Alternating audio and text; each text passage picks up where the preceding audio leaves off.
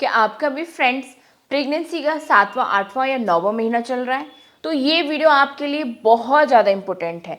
आज मैं इस वीडियो में आपको बताने वाली हूँ कि प्रेगनेंसी के 7वें 8वें 9वें महीने में आपको कौन सी ऐसी गलतियां हैं जो नहीं करनी चाहिए, क्योंकि अगर आप प्रेगनेंसी के 7वें 8वें 9वें महीने में ये गलतियां करते हो तो इससे आपकी प्री मेच्योर डिलीवरी होने का तो खतरा होता ही है, साथ में सीधा जो असर है वो आपकी नॉर्मल डिलीवरी पर भी पड़ता है। इसीलिए कुछ ऐसी गलतियां जो आपको 7वें 8वें 9वें महीने में करने से बचना चाहिए, तो वो कौन सी ऐसी गलतियां हैं आपको जरूर जानना चाहिए। तो आपके लिए ये वीडियो बहुत ज़्यादा हेल्पफुल है। मैं हूं आप सबके साथ रेशु, आप देख रहे हो रेशूज ब्लॉग यूट्यूब चैनल। चलिए स्टार्ट करते हैं आज का वीडियो। अगर वीडियो पसंद आता है तो लाइक करें, सब्सक्राइब करें चैनल को और नोटिफिकेशन बेल को दबाना बिल्कुल ना भूलें, क्योंकि इसी से आपको आने वाली वीडियो का पता चल पाएगा और आप सारे हेल्पफुल वीडियो इसी तरीके से देख पाओगे। तो चलिए बिना टाइम वेस्ट किए आज का वीडियो स्टार्ट करते हैं। जैसे कि फ्रेंड्स, आपके घर वालों ने शुरुआत में तो बोला ही होगा, साथ ही अगर आप मेरी सब्सक्राइबर हो तो आपने मेरे चैनल पर वीडियो देखे होंगे कि मैं भी आपको प्रेगनेंसी के 3 महीने तक तरह तरह की सावधानियां रखने की सलाह देती हूँ। तो फ्रेंड्स, प्रेगनेंसी के 3 महीने तो बहुत ज़्यादा इंपॉर्टेंट होते ही हैं, उनमें बहुत सारी सावधानियां रखनी चाहिए, लेकिन प्रेगनेंसी के लास्ट 3 महीने भी बहुत ज़्यादा इंपॉर्टेंट होते हैं।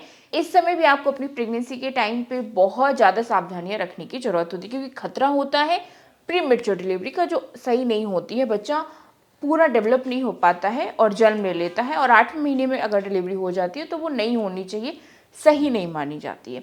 ठीक है फ्रेंड्स, तो इन्हीं रीज़न की वजह से आपको प्रेगनेंसी के 7वें 8वें 9वें महीने में ये गलतियां करने से बचना है। तो पहले उन्हीं में से एक गलती है झुकना, एकदम नीचे की तरफ बेंड हो जाना, मतलब एकदम से अपनी कमर का हिस्सा मोड़ लेना। ये बहुत ज़्यादा गलत बात है। अगर कोई भी चीज़ ज़मीन पर गिर जाती है और बिना किसी की परवाह किए हुए आप आसानी से झुक जाते हो और चीज़ उठा लेते हो, तो ऐसा करना बिल्कुल बंद कर दीजिए, क्योंकि ऐसे में आपका बैक पेन तो बढ़ेगा ही, साथ ही साथ बच्चे पर भी दबाव पड़ेगा और दबाव पड़ने से आपको मुश्किलें हो सकती हैं। इसीलिए इस टाइम झुकना बिल्कुल बंद कर दीजिए। अगर कोई भी चीज़ ज़मीन पर गिर जाती है, उठाना है, तो पहले अपने घुटनों को मोड़िए, घुटनों के बल बैठिए, फिर वो उठाइए। इसी पोजीशन में धीरे से सपोर्ट लेकर आपको उठना चाहिए। ठीक है, इस तरीके से आपको करना चाहिए, जिससे कि गर्भ में बच्चे को किसी भी तरीके की परेशानी आपकी वजह से ना हो। दूसरी चीज की तरफ हम चलते हैं जल्दी से, वो है ज्यादा टाइम तक एक ही पोजीशन में खड़े रहना या एक ही पोजीशन में ज्यादा टाइम तक बैठना। ये दोनों चीजें ही सही नहीं है। ज्यादा टाइम तक खड़े होने से क्या होता है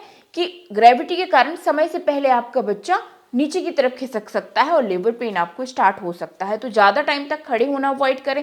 और साथ ही साथ क्या हो सकता है, आपके पैरों में दर्द बढ़ सकता है, क्योंकि बच्चे का जो भार है वो नीचे की तरफ पड़ रहा है, पैरों पर आपका पूरा वजन पड़ता है, तो इस वजह से पैरों में दर्द होगा, साथ ही साथ आपके पेट के निचले हिस्से में भी दर्द होगा, तो प्राइवेट पार्ट में भी दर्द होना शुरू हो जाएगा। तो इसलिए ज्यादा टाइम तक ऐसे में खड़े होना अवॉइड करें। साथ ही साथ एक ही पोजीशन में बैठना भी आपको अवॉइड करना चाहिए। एक तो घर में बच्चे की एक्टिविटी भी नहीं हो पाती है, बच्चा घूम नहीं पाता है ठीक तरीके से, बच्चे को सही तरीके से जगह नहीं मिल पाती है, इसलिए एक ही पोजीशन में ना बैठे। आपको भी दिक्कतें होती हैं, गैस अपच की प्रॉब्लम हो सकती है, पेट फूल सकता है। तो अगर कोई भी काम ऐसा है जिसमें ज़्यादा टाइम तक बैठना पड़ता है आपको, तो आप उठिए, थोड़ा सा वॉक कर लीजिए, बीच में इधर उधर घूम लीजिए, फिर बैठ जाइए, फिर बीच में घूम लीजिए। इस तरीके से आप कर सकते हो, लेकिन एक ही पोजीशन में ज़्यादा टाइम तक बैठना, खड़े होना अवॉइड करें। इसके बाद हम जल्दी से आते हैं तीसरे पॉइंट की तरफ, वो है ज़्यादा मात्रा में आपको खाना नहीं है। जैसे कि आपके मन में गलत फहमी हो जाती है, जैसे कि आप सोच लेते हो कि 2 लोगों के बराबर खाना खाना होता है। आप किसी के मुंह से कहते हैं, आपने सुना होगा कि बच्चा और आप तो 2 लोगों के बराबर खाना खाना होता है, तो ऐसा बिल्कुल नहीं है।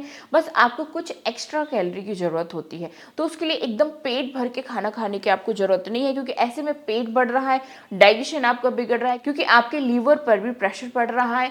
इस वजह से क्या होगा, आपको गैस की दिक्कत होगी, एसिडिटी होगी, अपच होगी, बहुत सारी दिक्कतें बढ़ेंगी। और अगर आप इकट्ठा पेट भर के बहुत ज़्यादा मात्रा में खाना खा लेते हो, तो ये दिक्कतें फिर और बढ़ेंगी, क्योंकि डाइजेशन ठीक तरीके से काम नहीं करेगा, पेट फूलेगा, बहुत सारी दिक्कतें पैदा होंगी। इसीलिए जो भी इस टाइम पे डाइट ले रहे हो आप, उसको 6 भागों में डिवाइड कर दें। जैसे कि ब्रेकफास्ट, लंच, डिनर होता है तो 3 बार खाया जाता है, उसको आप 6 बार खाइए, उसको डिवाइड कर दीजिए थोड़ा थोड़ा। मतलब जितनी बार भी प्रेगनेंसी में खाएं, आप थोड़ा थोड़ा खाएं, थोड़े थोड़े में ही, चाहे आप 1 घंटे 2 घंटे के गैप से खा सकते हो, कोई दिक्कत नहीं। बस ध्यान रहे, इकट्ठा खाना बिल्कुल मत खाइए। अब जल्दी से बढ़ते हैं हम अपने चौथे पॉइंट की तरफ, कि इस टाइम क्या होता है, आपके बच्चे का जो ब्रेन डेवलपमेंट है 7वें 8वें 9वें महीने में, वो तेजी से होने लगता है। तो ऐसे में आपको हमेशा पॉजिटिव सोचना है, नेगेटिव थॉट्स अपने माइंड में नहीं लाने हैं, क्योंकि आप जैसा सोचते हो वैसा ही असर आपके बच्चे पर पड़ता है, वैसा ही नेचर का बेबी बनता है। तो इसीलिए इस टाइम पे आप पॉजिटिव रहिए, अच्छे अच्छे विचार लाइए अपने माइंड में, नेगेटिव कुछ भी मत सोचिए, ज़्यादा टेंशन में मत रहिए, क्योंकि इससे सीधा असर बच्चे पर पड़ेगा, बच्चे के दिमाग के विकास पर पड़ेगा।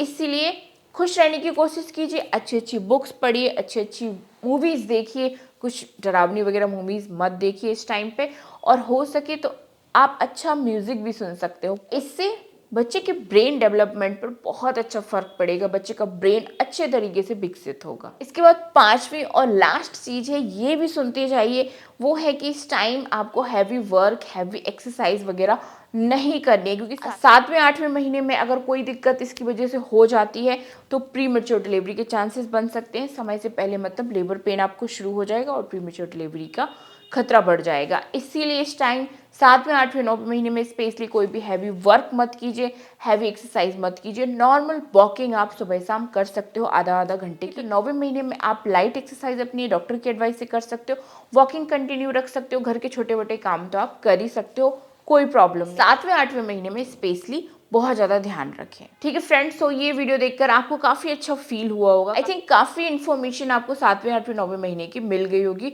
तो वीडियो पसंद आया है तो लाइक करें, सब्सक्राइब करें चैनल को इसी तरीके के डेली हेल्पफुल वीडियो देखने के लिए। मिलती हूँ नेक्स्ट वीडियो में आप सबसे, तब तक के लिए देखते रहिए Rishu's blog YouTube channel. Bye bye, thank you so much.